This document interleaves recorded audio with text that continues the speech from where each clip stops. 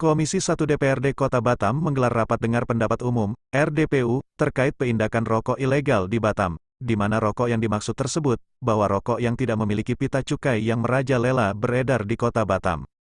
Sebab menurut Komisi 1 DPRD Kota Batam, dengan maraknya peredaran rokok yang tidak memiliki pita cukai tersebut, tentu dapat merugikan pendapatan daerah Kota Batam.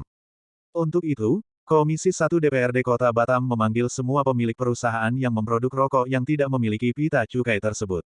Akan tetapi, semua pemilik perusahaan yang memproduk rokok yang tidak memiliki pita cukai tersebut tidak hadir dalam rapat yang digelar di ruang rapat Komisi 1 pada minggu lalu. Untuk itu, anggota DPRD Komisi 1 Fadli akan segera mengagendakan ulang terkait peredaran rokok yang tidak memiliki pita cukai yang marak beredar di Kota Batam. Menurut Fadli, dengan adanya peredaran rokok tanpa memiliki pita cukai tersebut tentu dapat merugikan pendapatan daerah di Kota Batam ini secara PAD. Kita pungkiri bahwa setiap hari di media massa, di media sosial, peredaran rokok dan tembakau ilegal ini marak setiap hari menjadi konsumsi tingkat Kota Batam dan sekitarnya. Karena banyak sekali peredaran rokok yang tidak ada pita cukainya. Yang jelas kebanyakan itu pabriknya di Batam. Dan kita tahu bahwa Batam ini yang merupakan salah satu kota berstatus khusus, free trade zone.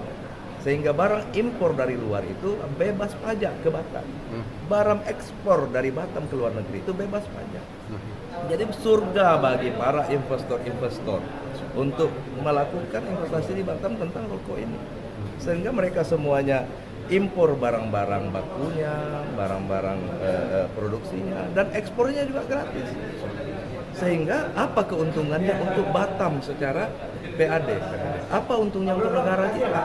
Kalau tak pakai bea cukai, tak pakai pita cukai, tidak pakai pajak dan lain sebagainya. Sementara karyawannya tidak banyak, semua dipakai dengan sistem mesin produksi canggih. Tidak padat karya berarti Pak? Tidak padat karya. Kalau kita lihat di Jawa, pabrik-pabrik rokok itu memang memberdayakan tenaga kerja, ibu-ibu, emak-emak juga bisa kerja. Kalau di sini PMA-nya pun kita tak jelas bagaimana aturan tinggalnya, aturan kerja dan sebagainya, makanya itu harus kita investigasi. Saya mohon rekan-rekan pers juga peduli dengan ini bahwa mungkin sebagian kita beruntung dapat rokok murah, tapi apa bahan baku rokok itu pernah tak kita selidiki? Betul tak dia sehat untuk konsumsi kita? Ini kan bahannya dari luar semua. Ya, ada tak lab yang sudah mengecek keabsahan rokok itu baik untuk dikonsumsi sebagai rokok?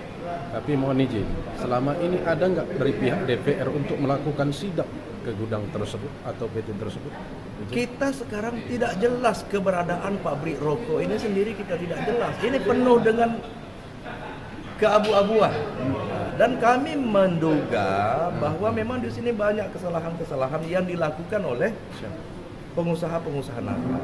Yang jelas bagi kami, wakil rakyat Kota Batam adalah apabila investor masuk ke Batam, tentu keuntungannya bisa menyerap tenaga kerja sebanyak-banyaknya dengan gaji sesuai dengan UMK. Satu. Yang kedua adalah mendatangkan hasil PAD bagi Batam dan bagi negara kita. Kalau rokok tanpa pita yang beredar selama ini, itu tidak akan ada pemasukannya untuk kita semua. Sama sekali itu. Ya. Dan kita berharap pihak yang berwenang semua, ayo bersama-sama kita investigasi.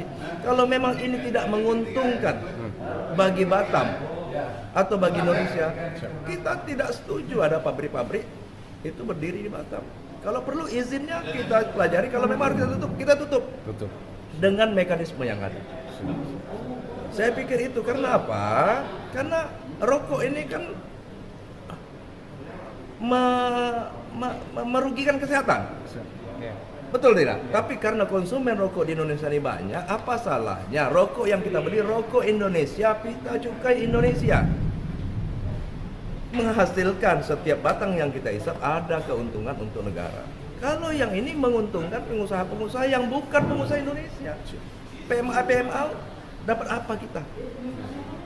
Oleh karena itu, ayo sama-sama kita investigasi pabrik rokok yang kalau memang nakal, kita bina. Kalau tak bisa bina, kita binasakan. Berarti ada rencana bikin tim terpadu, Pak? Harus kita lakukan, kita akan panggil lagi, lihat itikat baiknya. Sudah 2 kali kita panggil RDP, yang datang hanya perusahaan-perusahaan rokok yang katanya tidak ada rokok yang beredar di Batam. Tapi mana yang lain? Kenapa tidak hadir? Ini menurut kami juga ada itikat yang tidak baik untuk menghadiri RDP saja mereka tidak siap. Izin Pak, seperti apa yang rokok yang lain, yang pemilik-pemilik yang lain itu yang Bapak maksud? Kan banyak rokok Manchester, rokok Oppo, macam-macam rokok ada di Batam. Di mana pabriknya? Dan Lukman, macam-macam rokok yang merek-merek rokok yang beredar bukan hanya di Batam, di seluruh Sumatera. Mana pengusahanya kok tidak datang? Tadi menurut dari anggota DPR Komisi 1 atau DPR Komisi 1, ada nggak untungnya kira-kira dari perusahaan rokok yang memproduksi rokok-rokok yang non cukai atau ilegal ini? Apa keuntungan Batam yang ini? Tidak ada keuntungan bagi Batam. Itu yang saya tegaskan. Kenapa? Bahan baku rokok yang diimpor dari luar negeri itu bebas pajak masuk Batam. Terus ekspor rokok yang sudah jadi ini diekspor ke luar negeri bebas pajak untuk aturan di Batam. Jadi apa dapat kita? Terus rokok yang beredar di sekitaran Batam dan sekitarnya itu tanpa cukai. Berarti tidak ada pajak di situ, tidak ada bea cukai, tidak ada cukainya. Jadi dapat apa kita? Masa satu pabrik rokok karyawannya hanya 23 orang, ada karyawan asing 6 orang. Sementara lihat pabrik rokok di Kudus, di Jarum, ribuan tenaga kerjanya, 24 jam bekerja. Betul tidak? Itu bebas jam kerja. Ini 23 orang tadi dalam data kan? Tapi tadi ada saya dengar tadi, kalau memang tidak ada keuntungan bagi Batam, itu gimana kira-kira? Batam ini adalah tempat investasi. Memang kita tampung investasi, memang kita apresiasi investasi yang masuk ke sini. Tapi bagaimanapun seluruh pihak berwenang yang terkait perlu menginvestigasi. Investor yang masuk ke sini menguntungkan untuk Batam, menguntungkan untuk negara kita, please welcome. Tapi yang tidak, kalau lebih banyak mudaratnya daripada manfaatnya, dalam Islam itu hukumnya haram. Ayo kita selidiki lagi, ayo kita pikirkan bersama dengan seluruh stakeholder yang ada.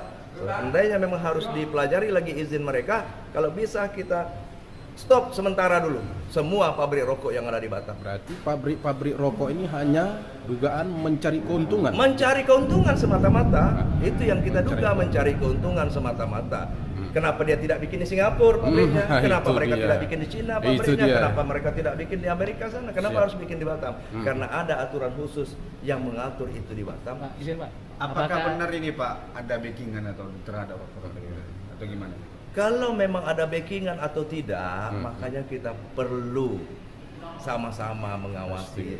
DPRD sebagai lembaga pengawasan dengan aspirasi masyarakat, LSM, rekan-rekan pers, ini menjadi tanggung jawab kami untuk mencari jalan keluar, mencari solusi yang baik, apa yang terbaik untuk masyarakat. Oke, singkat saja Ketua. Apa kira-kira himbauan kita terhadap masyarakat mengenai rokok ilegal yang beredar di Batam?